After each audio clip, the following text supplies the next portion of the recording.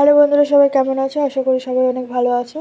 তো আমি আজকে টকের ডাল বানাবো, এর জন্য আমি ডাল সেদ্ধ বসিয়ে দিয়েছি, টমেটো দিয়ে দিয়েছি 3টে। আর দেখো আমার ডাল সেদ্ধ হয়ে গেছে।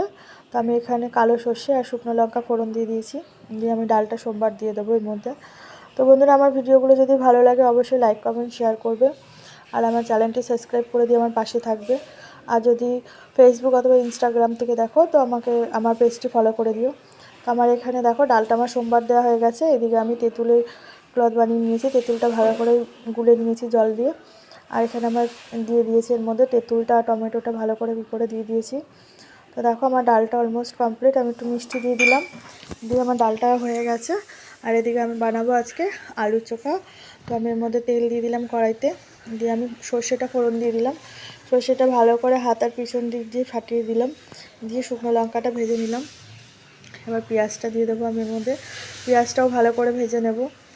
পেঁয়াজ দিয়ে এরকমভাবে শুকনো লঙ্কা দিয়ে আর সর্ষে ফোড়ন দিয়ে একবার আলু মেখে খেয়ে দেখবো, খুব ভালো লাগে এইভাবে খেতে। তো এইভাবে তোমরা কারা কারা খেয়েছো সেটা অবশ্যই কমেন্ট করে জানাবে, আর আমার ভিডিওগুলো কেমন লাগে সেটাও অনেক আমাকে জানাবে। আর কোনো ভুল চোখ হলে ক্ষমা করে দেবে।